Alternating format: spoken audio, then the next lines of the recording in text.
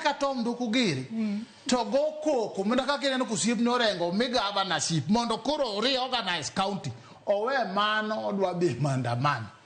So already those steps, there are details more nyalo wache eka. Nyi winjo ka senator moro dhawa hinya Senate.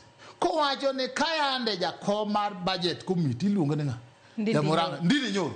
Okoni owelu tuko kodwa. Dala ge yando tere 16 billion. Makata chulo loan they know that clip. He's saying when the man was chair.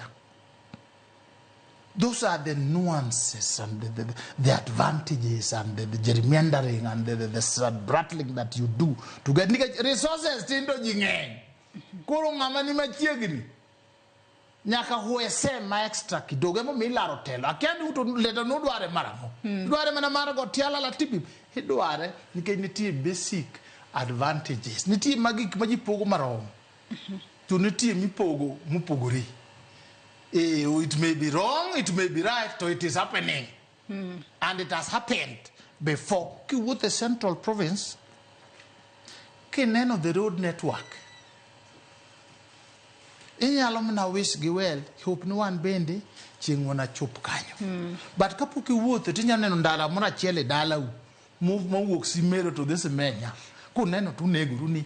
Apana, that is just 15% mag pay. 85% di pogo Nairobi ka. Mane momeo, this broad-based government already. The other benefit, mabende duong maparo neje madwaro nyaka accept. Ni kurusa ni ngama nende la munge, ngama dinondara unge, ngama bamitokwad gigidi unge, tia gas ngaka police kuro yueo kidogo. Mano mana achievement ma broad based ni. Kada mna koko mi winji go Raila go mnani kech kuro onge bakidi. Nike joge makulugo ni wadindara. Todino. So akenu do na koso wagon le for mi urwa ke kunye ni broad based government. Ni